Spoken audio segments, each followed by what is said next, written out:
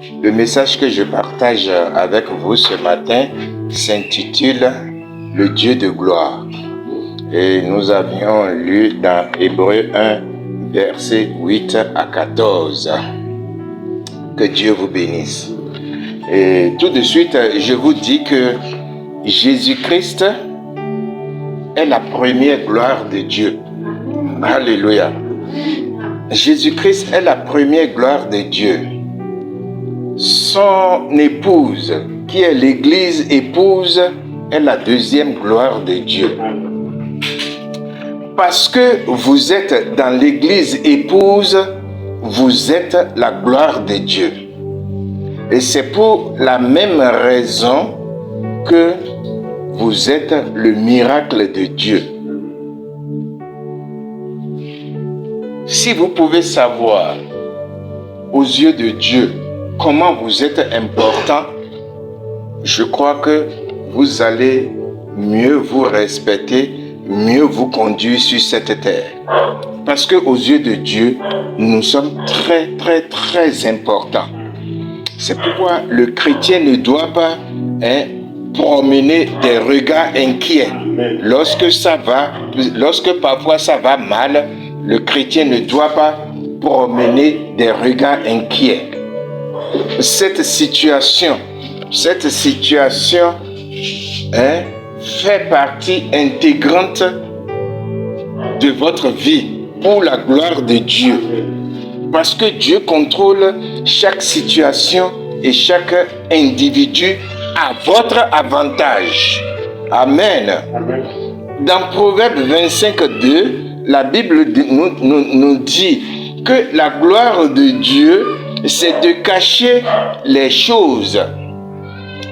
Et la gloire des rois, c'est de sonder les choses. Vous voyez, la gloire de Dieu est encore de cacher les choses. Amen. L'autre gloire de Dieu figure dans votre naissance même. Aviez-vous déjà considéré combien de spermatozoïdes votre père a libéré pour que vous soyez unique présentement sur cette terre? Vous voyez, identique comme vous, sur cette terre, il n'y a pas. Vous êtes unique. Vous pouvez sembler, on peut dire que on a trouvé quelqu'un aux États-Unis ou en Europe qui vous ressemble typiquement. C'est faux. Vous êtes unique. Jésus-Christ est unique. Chaque prophète est unique. L'épouse est unique. Vous êtes unique dans le plan de Dieu. Observez le système solaire. Il est tellement merveilleux et parfait que ce système solaire parle même de la gloire de Dieu. Amen. Vous voyez, ça parle de la gloire de Dieu. Frère Branham a dit que si quelqu'un a des problèmes de croire à l'existence de Dieu, il suffisait simplement à cette personne d'observer la nature. La nature même parle de Dieu. La nature prêche Dieu. La nature vous dit qui est Dieu. Et prenons l'exemple de Jésus-Christ. Lorsqu'il a commencé son ministère, ses parents étaient allés le chercher. C'était un jour après la fête. Mais lorsqu'ils l'ont retrouvé, écoutez ce qu'il a dit. Il dit, « Ne savez-vous pas que je dois m'occuper des affaires de mon père ?» Déjà, il sait qu'il doit s'occuper des affaires de son père. Et les affaires de son père, c'est de faire la volonté de son père que Dieu lui a attribuée sur cette terre. Et celui qui est venu lui faire la commission, il lui a dit, il a montré ses disciples et il a dit, mon père, ma mère, les voilà. C'est ceux-là qui font la volonté de mon Père. Alléluia. Le serviteur de Dieu, n'importe lequel, quel que soit le ministère qu'on lui a attribué dans l'Église, doit chercher à faire la volonté du Père. Le pasteur doit chercher à donner des messages édifiants aux fidèles. Prier pour les fidèles. Demander la paix de Dieu pour les fidèles. Parce que lorsque vous prenez soin de Dieu, il prend soin de vous.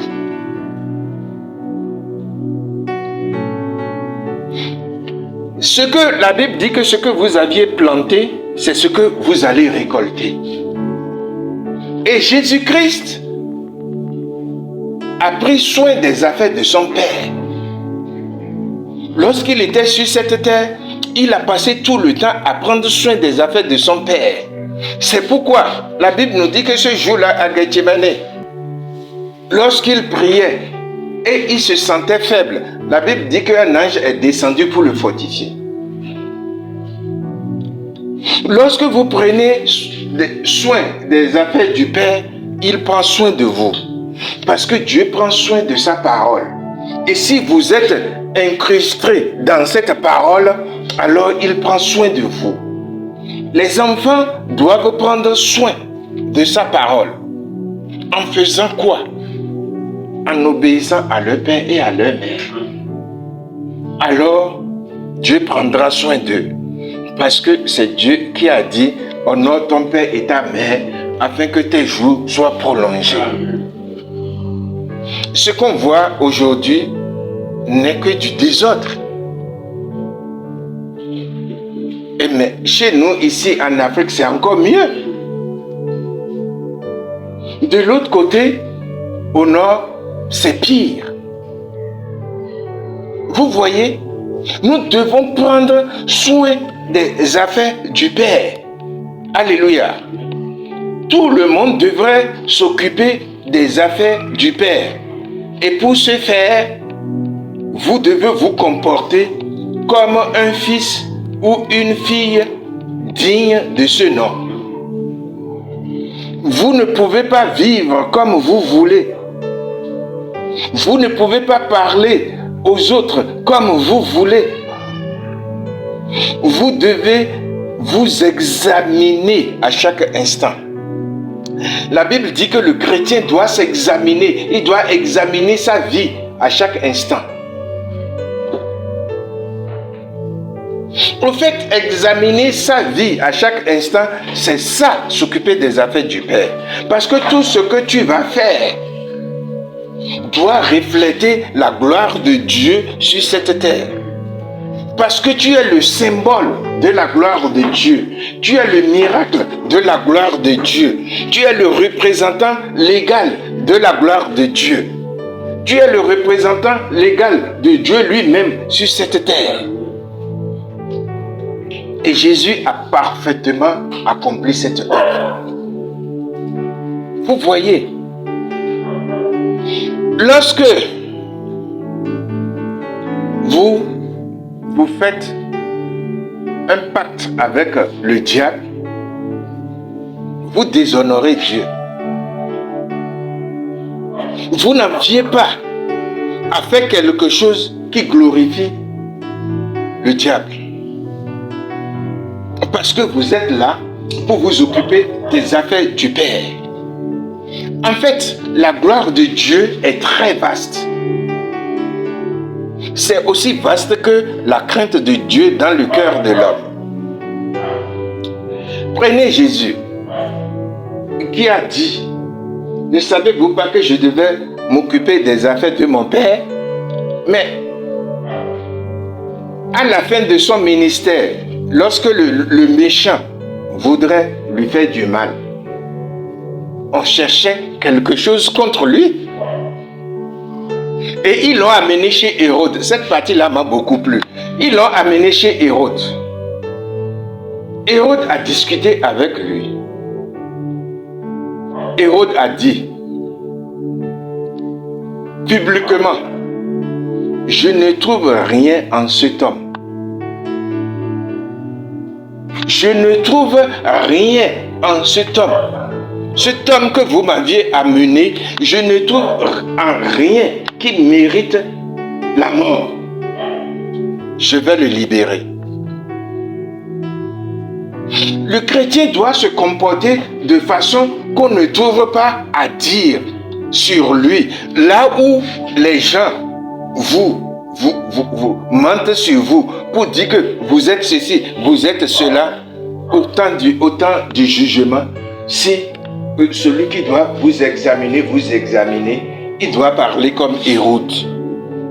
Il doit parler comme Hérode. Je ne trouve rien en lui qui soit condamnable. Et finalement, qu'est-ce que Hérode a fait? Il dit, je vous le libère. Vous-même prenez-le, jugez-le. Vous voyez? Parce que moi, le juge, je ne trouve rien à dire sur lui.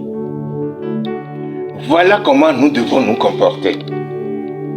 Voilà comment chaque chrétien devrait se comporter. La gloire de Dieu, ce n'est pas seulement de chanter les louanges ou bien avoir un instant de prière.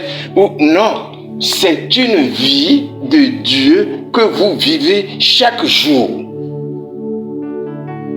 Devant ceux qui vous observent. Ce n'est pas ce qu'eux ils disent qui compte, ce n'est pas ce qu'ils pensent sur vous qui compte, mais c'est ce que Dieu voit que vous faites sur cette terre, en tant que pèlerin, ce que vous faites pour la gloire de son nom. C'est ça qui compte. Tu fais bien ton travail.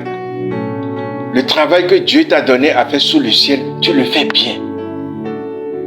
Tu aimes les gens, tes collaborateurs, tu les aimes.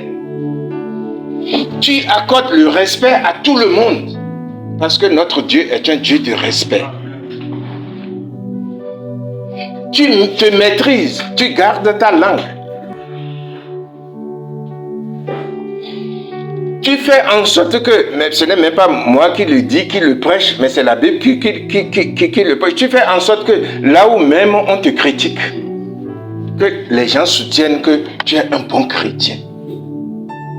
C'est ça, la manifestation de la gloire de Dieu sur cette terre. Tu es élève, tu étudies correctement à l'école. Tu apprends tes leçons. À la maison, tu respectes ta famille. Ton père et ta mère. Et maintenant, observe Dieu. Dans quelle que soit la situation dans laquelle tu seras, Dieu ne permettra jamais que tu sois confus. Il ne permettra jamais que tu sois confus. Ce n'est pas une question de prière, ce n'est pas une question de jeûne, bien que toutes ces choses sont bonnes, mais parce que sur cette terre, alléluia, qu'est-ce que Jésus a dit? Il dit, Père, parce que lorsqu'il était sur la terre, il n'a pas eu honte de moi, moi aussi, je n'aurai pas honte de lui dans le ciel.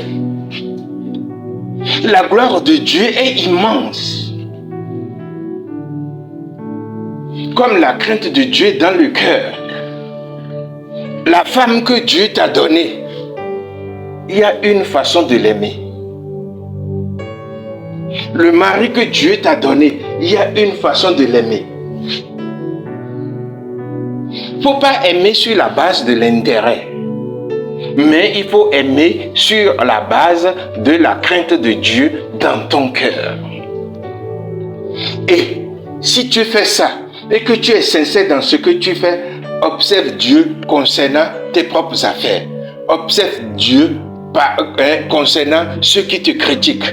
Observe Dieu concernant ceux qui te placent des pots de banane. Frère Branham a dit qu'il contrôle chaque situation et chaque individu. Vous voyez, notre Dieu est un Dieu puissant et parfait. Il ne veut pas que nous souffrions. Il ne veut pas que nous manquions de quelque chose sur cette terre. Ces petits moments de manque, tout ça là, rentre dans la gloire de son nom. Prenez Job. Alléluia. Job était dans l'abondance. Et le même Job, après, s'est retrouvé sur le dépotoir. Mais, quelle était sa conclusion? Dieu a donné, Dieu a repris à lui la gloire. Jusque-là, Job n'a pas parlé contre Dieu. Mais la femme qu'il aimait, elle a craqué. Et c'est ce qui arrive aux chrétiens. Parfois, on craque. Et on se demande si Dieu est même là. Si Dieu voit ce qui t'arrive. Quel conseil elle a donné à Job? Maudit Dieu et meurt. Il y a beaucoup de chrétiens qui chantent la gloire de Dieu parce que la situation va très bien. Et il y a beaucoup de soi-disant chrétiens qui sont prêts à maudire Dieu parce que ça va mal. Mais Dieu ne regarde pas ça. Il regarde la fin de l'histoire. Et la fin de l'histoire déclare que tu es plus que vainqueur. Alléluia. Et Job a prouvé à Satan que Dieu est et demeure son absolu. Parce que Satan espérait qu'il allait maudire Dieu. Il a dit à Dieu, livre-le-moi. Et tu vas voir, il va te maudire en face. Mais Job ne l'a pas fait. Mon frère, ce que je te prêche ce matin est très vaste. Dans Hébreux chapitre 1, notre lecture de tout à l'heure, le texte nous dit, mais il a dit au Fils, ton trône, ô Dieu, est éternel. Le spectre de ton règne est un spectre d'équité. Ça, ceux qui ont des problèmes pour croire en Jésus-Christ et pour croire qu'il est l'égal de Dieu, doivent lire ce passage. Au verset 9, il dit, tu as aimé la justice et tu as haï l'iniquité. Ce que nous devons faire. C'est pourquoi, ô Dieu, ton Dieu t'a oint d'une huile de joie au-dessus de tous tes égaux. Donc, ils ne sont plus ses égaux parce qu'il est au-dessus d'eux. Alléluia. Et encore, toi Seigneur, tu as au commencement fondé la terre et les cieux. Et les cieux sont l'ouvrage de tes mains. Ils périront, mais tu subsisteras. Ils vieilliront tous comme un vêtement. Tu les rouleras comme un manteau et ils seront changés. Mais toi, tu restes le même et tes années sont infinies. Alléluia. Voilà pourquoi Hébreux 13:8 nous dit que Jésus-Christ est le même hier, aujourd'hui, éternellement. Auquel des anges a-t-il dit, assieds-toi à ma droite jusqu'à ce que je fasse de tes ennemis ton marchepied. Il n'a jamais dit ça à un ange. Et c'est ce que notre Dieu, votre Dieu, le Dieu de Jésus-Christ, c'est ce qu'il fait. Il fait de tous nos ennemis nos marchepieds.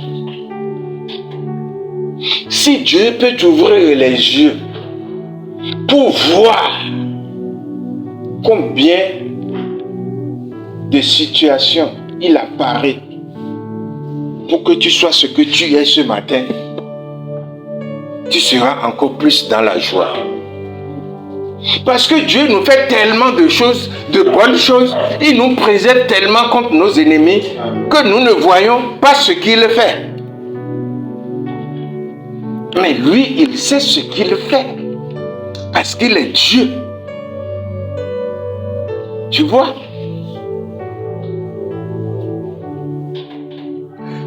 Je reprends le verset 13. Auquel des anges a-t-il jamais dit, assieds-toi à ma droite jusqu'à ce que je fasse de tes ennemis ton marchepied? C'est-à-dire que c'est lui, Dieu, qui fait de tes ennemis ton marchepied. Ce n'est pas toi. Ce n'est pas vous qui combattez, c'est lui qui combat pour vous. Alléluia. Le verset 14 dit, ne sont-ils pas tous des esprits au service de Dieu, envoyés pour exercer un ministère en faveur de ceux qui doivent hériter le salut? Mais c'est ça, mon frère. Voilà ce que vous êtes en réalité. Toutes les bénédictions qui sont à Jésus-Christ sont également à l'église épouse. Et puisque vous faites partie de l'église épouse, toutes ces bénédictions sont pour vous. En aucun moment de la vie, moi qui vous parle, je ne me suis jamais sous-estimé. Je ne me suis jamais sous-estimé parce que j'adore un Dieu puissant. Et je ne crois même pas à ce que les gens vont dire. Ah, il a fait ci, il a fait ça, donc Dieu ne va pas. Mais ils ne sont pas à la place de Dieu. La seule chose qui me tient à cœur, c'est que Dieu prend position pour moi partout et en tout lieu. Et je dois vivre ma vie pour glorifier son nom. En aucun moment, je ne me suis sous-estimé. Parce que je suis à l'image de Dieu lui-même. Alléluia. Je viens de Dieu, on l'a chanté tout de suite. Je viens de Dieu et je retourne à Dieu.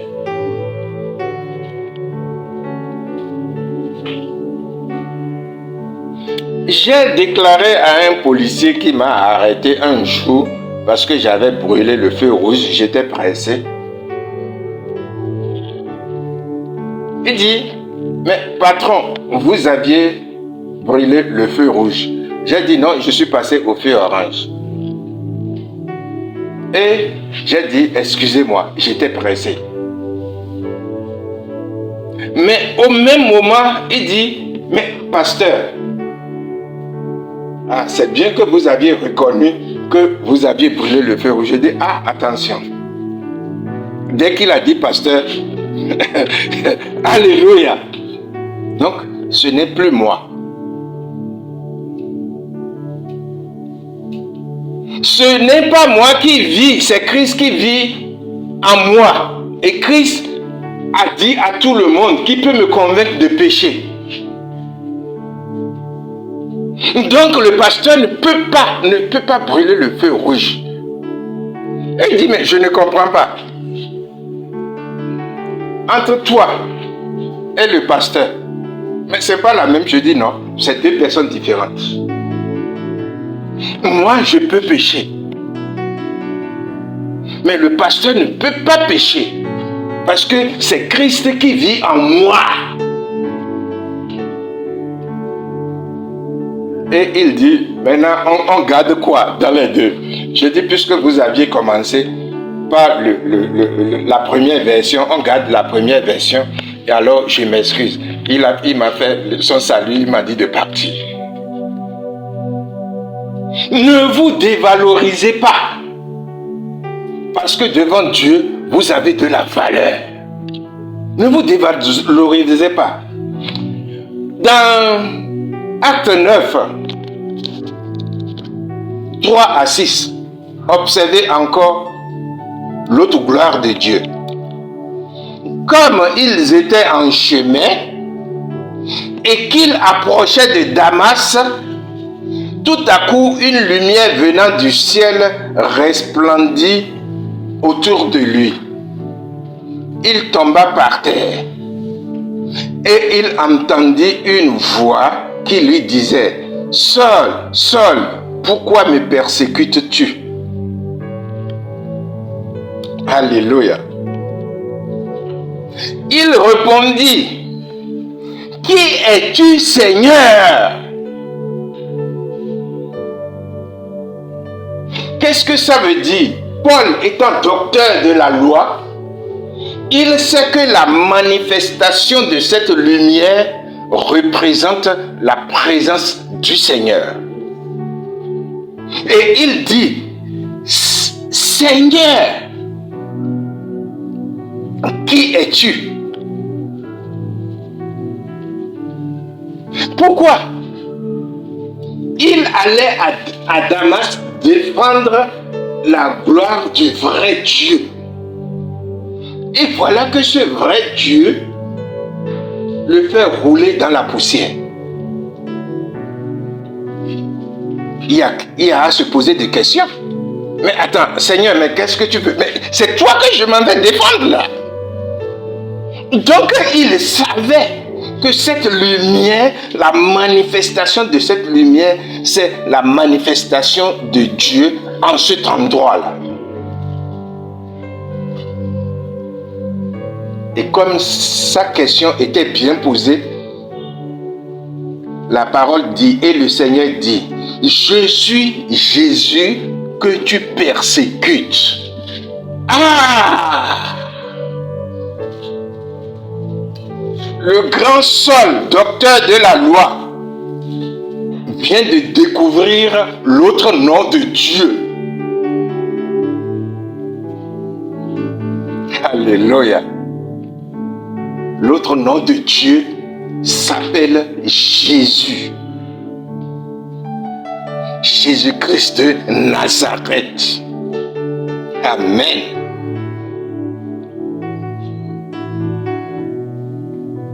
Si vous aimez vraiment Jésus-Christ, dans le sens étymologique du mot, vous allez découvrir chaque jour Dieu. Aucun homme ne peut finir de découvrir Dieu. Vous allez le découvrir dans chaque situation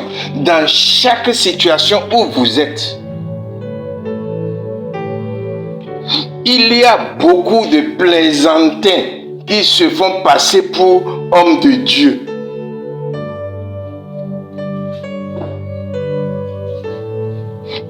Et Frère Branham a donné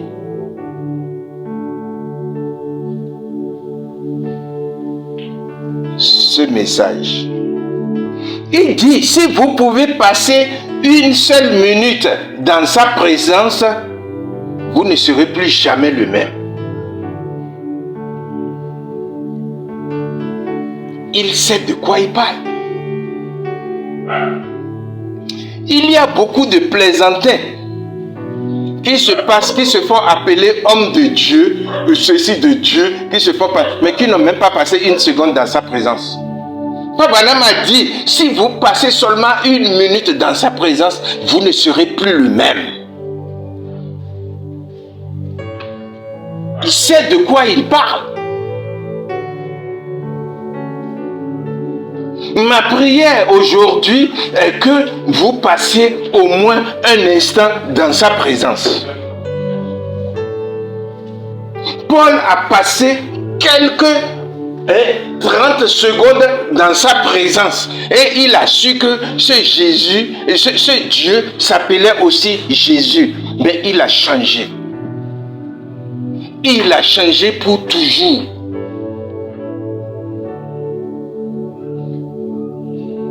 Jusqu'au point où il a défié n'importe quel apôtre qui a marché avec lui. Il dit, moi, je l'ai vu comme un avorton.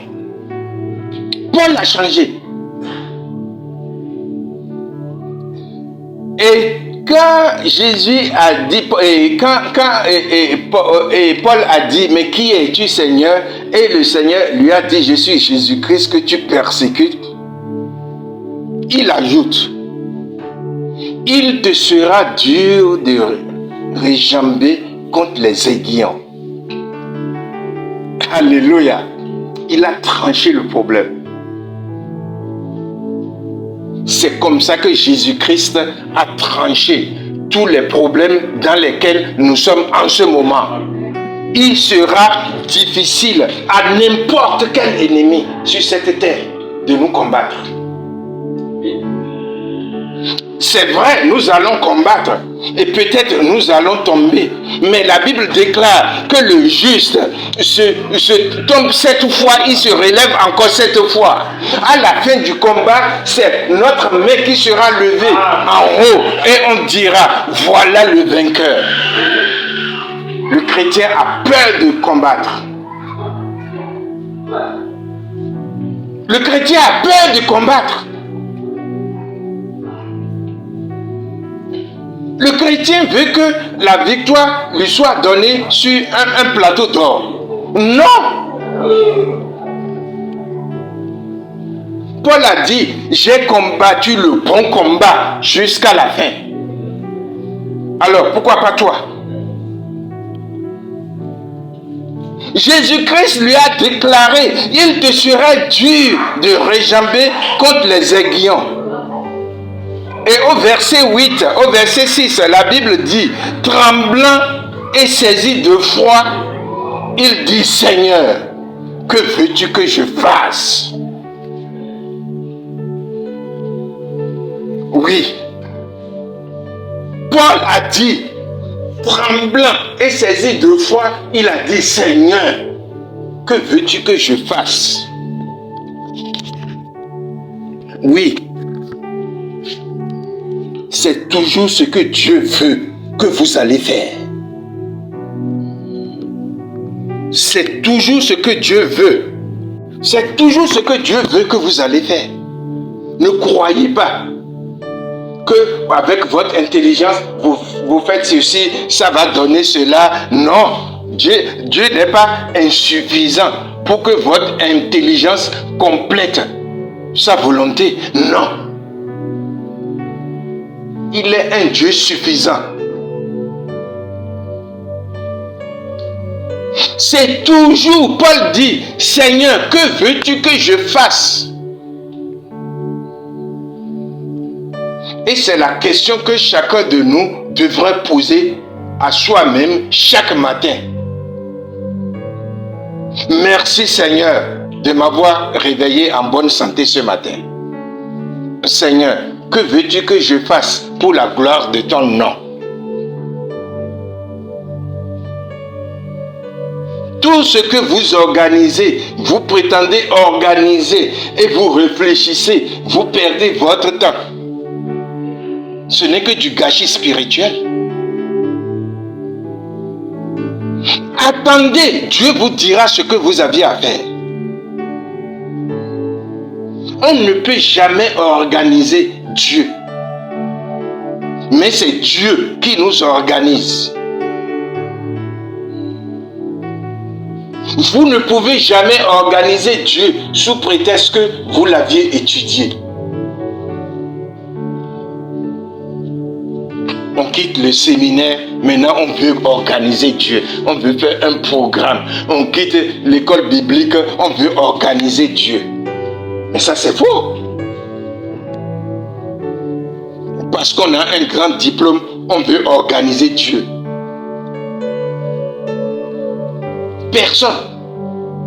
Personne sur la terre, dans le ciel, ne peut organiser Dieu.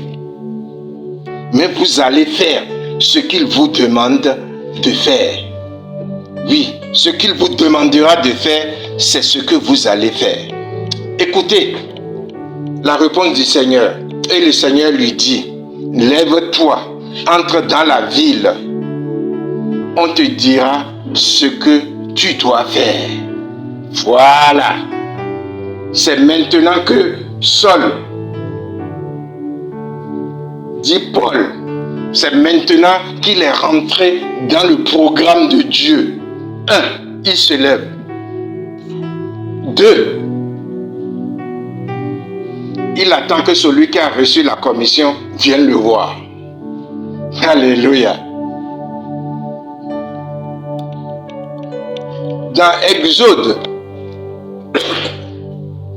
Exode 14, 6 à 20, la parole de Dieu nous dit, et Pharaon attela son char, et il prit son peuple avec lui. Il prit 600 chars d'élite, et tous les chars d'Égypte. Il y avait sur tous les combattants. Et maintenant au verset 8, la parole nous dit, l'Éternel endurcit le cœur de Pharaon, roi d'Égypte. Et Pharaon poursuivit les enfants d'Israël. Vous voyez comment Dieu fonctionne? Il fonctionne en tenant tête à nos ennemis. Il fonctionne en endurcissant leur cœur. Parce qu'il tient à ce que ses ennemis sachent que vous avez le vrai et unique Dieu, créateur du ciel et de la terre. La Bible dit, l'Éternel endurcit le cœur de Pharaon, roi d'Égypte. Et Pharaon poursuivit les enfants d'Israël. Les enfants d'Israël étaient sortis la main levée. Alléluia. À la fin, ce serait toujours nous. Ce serait nous, l'église épouse, qui aurons la main levée. Et les anges vont crier, voilà ceux qui sont plus que vainqueurs. C'est un signe de victoire finale. Alléluia. Les Égyptiens les poursuivirent et tous les chevaux, les chars de Pharaon, ses esclaves et son armée les atteignirent, campés près de la mer, vers Pi-Hahiroth, vis-à-vis de Baal, cette fond. Pharaon approchait les enfants d'Israël. Pharaon approchait. Les enfants d'Israël levaient leur voix. Et voici, les Égyptiens étaient en marche derrière eux. Et les enfants d'Israël eurent une grande frayeur. Et ils criaient à l'Éternel. Alléluia. Quand ça va mal, la première des choses que vous avez à faire, c'est de crier à l'Éternel. C'est pourquoi Frère Branham a prêché le sermon, se souvenir du Seigneur. Criez à l'Éternel. L'ennemi sera là, prêt à te gifler. Il va lever sa main jusqu'à ce que la main approchera de sa joue. Mais une main invisible saisira la main, sa main, pour dire celui-là, on ne le touche pas. Alléluia.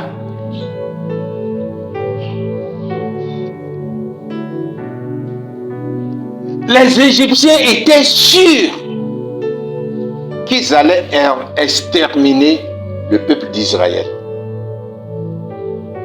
C'est un rêve. Il est permis de rêver. Il est permis à tout homme de rêver.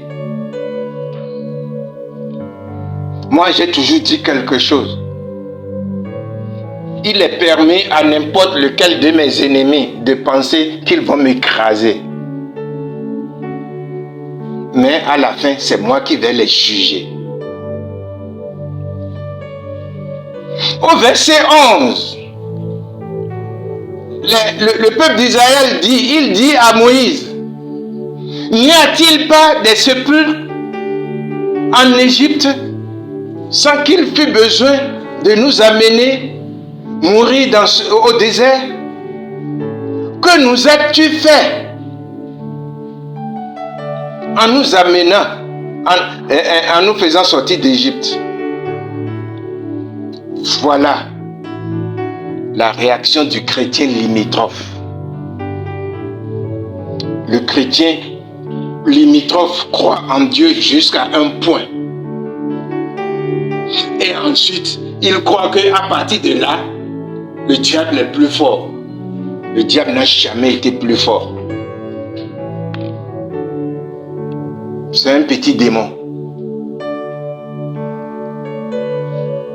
La parole qu'ils ont eu à prononcer à Moïse est une parole des incrédules. Mais Frère Branham a prêché un sermon qui dit « L'incrédulité n'arrête pas Dieu ». Ce n'est pas parce que eux, ils sont incrédules que Dieu ne va pas montrer à Pharaon que ce peuple-là est son peuple. On ne le touche pas. Oui.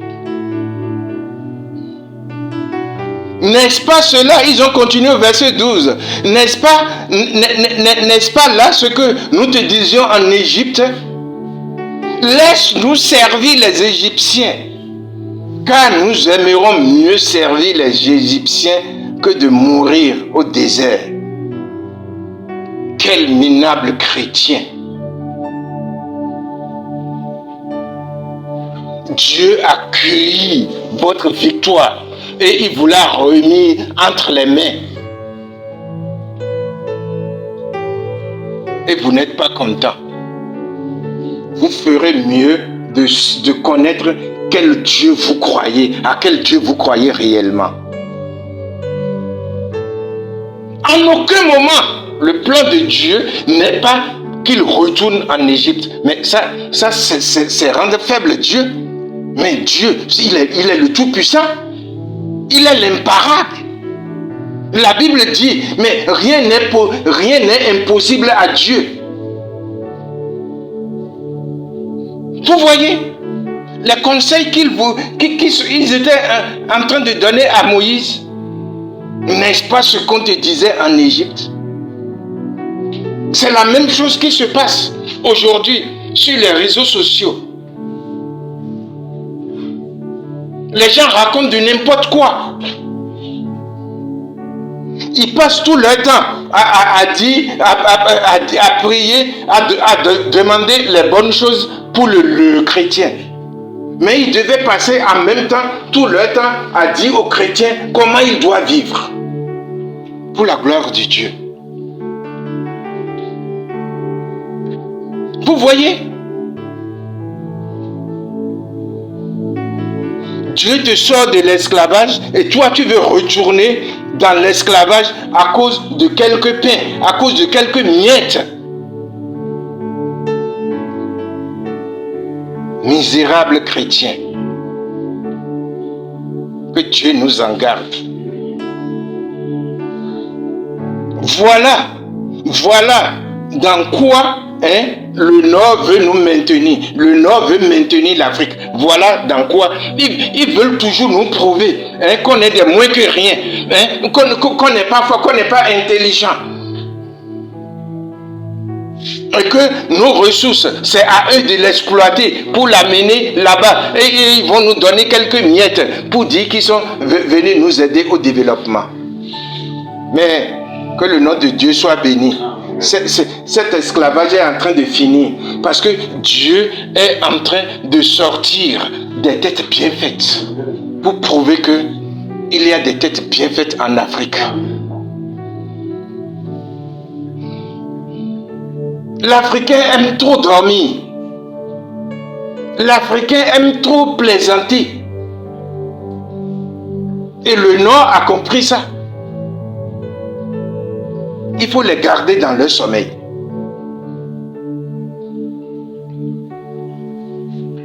Savez-vous que c'est l'Africain qui est le premier à inventer la roue? Regardez comment eux, ils l'ont exploité jusqu'à fabriquer aujourd'hui l'avion. Ça, c'est une autre histoire. Je dis merci, Seigneur, parce que la révolution spirituelle est en marche. Moïse répondit au peuple, ne craignez rien, restez en place et regardez la délivrance que l'Éternel va vous accorder en ce jour. Chaque jour que Dieu fait, il délivre le chrétien dans quelque chose. Il délivre le chrétien de la méchanceté du méchant. Ne croyez pas que Dieu vous a abandonné. Le méchant aurait voulu nous tuer tous, toute une nuit. Mais la main de Dieu est sur nous pendant que nous dormons. Je reprends. Moïse répondit au peuple, ne craignez rien, restez en place et gardez et regardez la délivrance que l'Éternel va vous accorder en ce jour.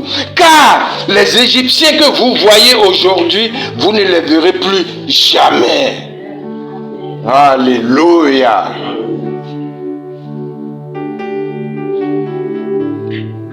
Ne regarde pas la souffrance que tu souffres aujourd'hui. Celui qui est l'auteur, attends, tu vas voir sa fin. Toi, continue de croire seulement en ton Dieu. Continue de croire à cette main puissante qui est sur toi, qui t'accompagne partout et en tout lieu. Alors, laisse-les parler, laisse-les te critiquer. On verra la fin. On verra à la fin qui va rester debout.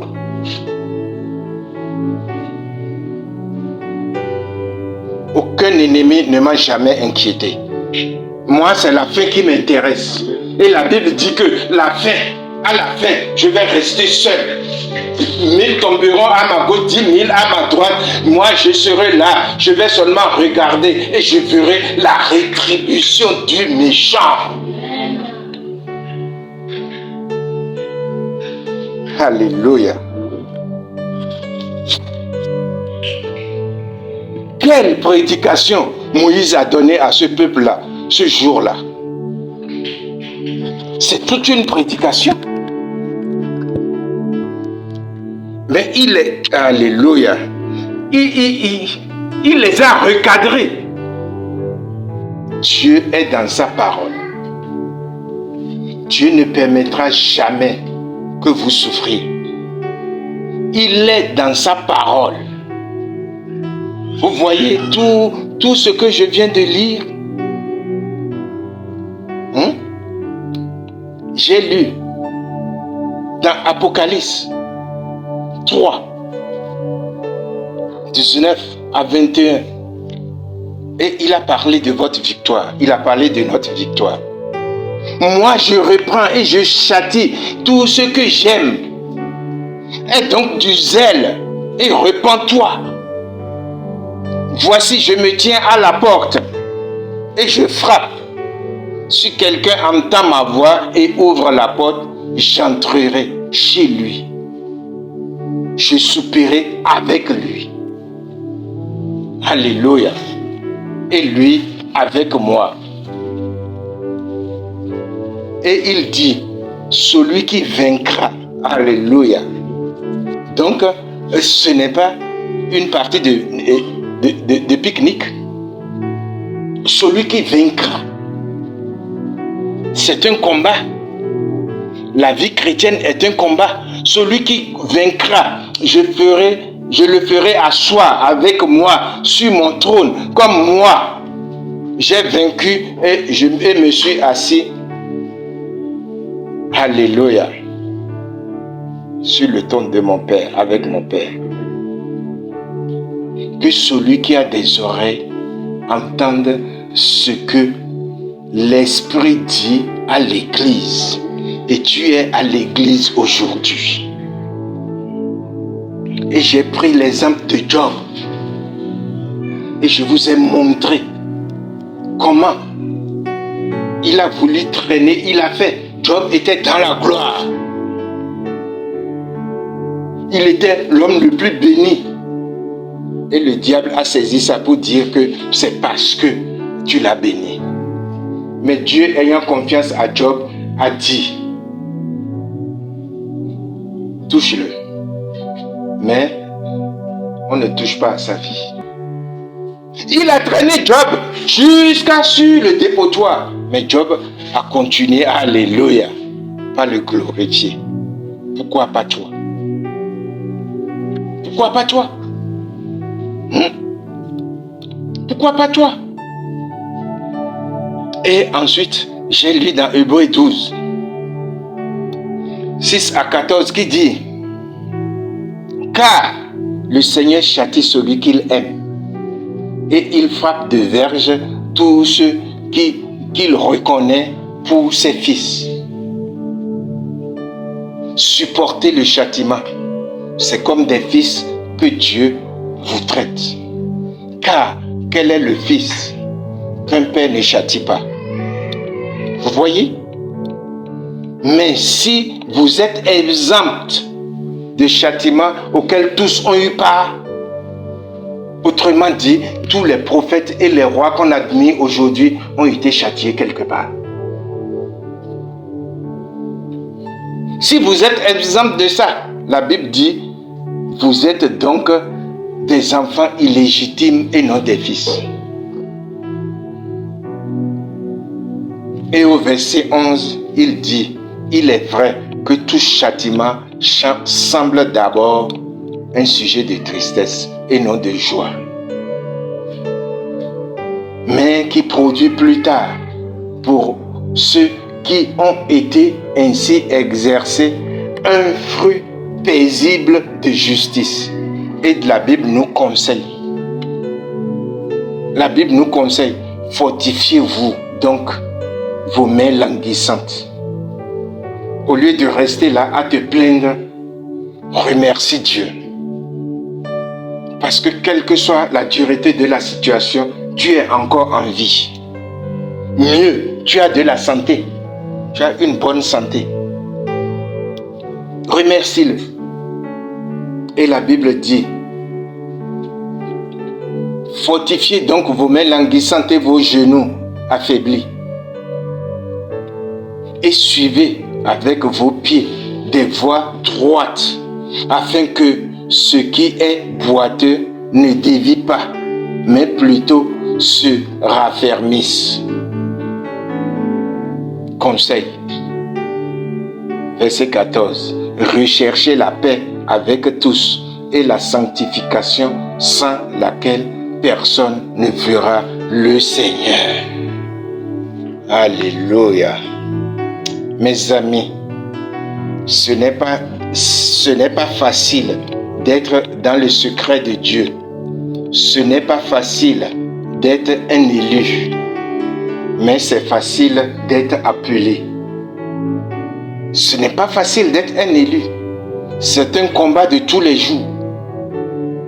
Ne vous contentez pas de dire que je connais Dieu. Et vous avez de l'inspiration pour quelques louanges là, et qu'on met sur les réseaux sociaux.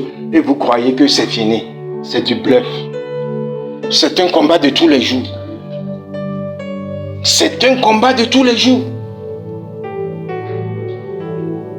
Un jour, Un docteur en théologie a dit à Frère Branham, mais ça, au cours de leur discussion, ça veut dire que tu ne connais pas bien ta Bible. Frère Branham a dit, ce n'est pas grave. L'auteur me connaît. Alléluia. Peut-être que vous n'aviez pas tout le bagage de la parole dans votre tête, mais Jésus-Christ vous connaît. Et il connaît chaque seconde de votre vie. Alléluia. Et c'est ce qu'il compte. Qu'il connaisse chaque seconde de votre vie. Et qu'il aplanisse tout. Et qu'il mette tous vos ennemis sous vos pieds. C'est ce qu'il compte. C'est ce qui compte. Prions. Alléluia. La nuée de gloire se déplace bouge avec elle, bouge avec elle, que ton esprit s'élève et ça dans nos temps. Viens, allons-y tous ensemble, comme nous allons où elle va. Nous serons, comme nous la suivons, là où elle nous mène. C'est le chrétien qui suit. Ce n'est pas Dieu qui suit le chrétien, c'est le chrétien qui suit Dieu.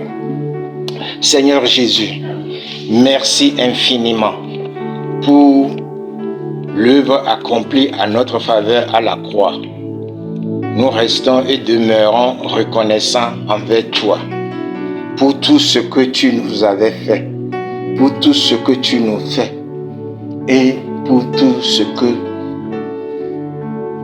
tu feras encore pour nous, qui est le plan merveilleux que tu nous as réservé. Combat pour nous, car nous n'avions pas de force. Prends position pour nous, car nous n'avions pas de force. Ô Dieu Tout-Puissant, permets que nous restions calmes, afin que tu mettes tous nos ennemis sous nos pieds. Seigneur, bénis tout ce que tu nous as donné à faire sous le ciel. Bénis tout ce que notre main touche. Bénis tous nos projets dans notre tête. Et que le monde sache que c'est toi, notre Dieu. Pardonne tous nos péchés, nos manquements à ta parole. Fais-nous petits et humbles. Élève-nous devant tous nos ennemis afin qu'ils le voient, qu'ils sachent que nous avons un Dieu puissant. Que la nuée de gloire, la nuée de ta gloire nous accompagne partout et en tout lieu. Et que cette nuée prenne position pour nous. Nous te le demandons, Père, au nom de notre Seigneur et Sauveur, Jésus-Christ. Que Dieu vous bénisse.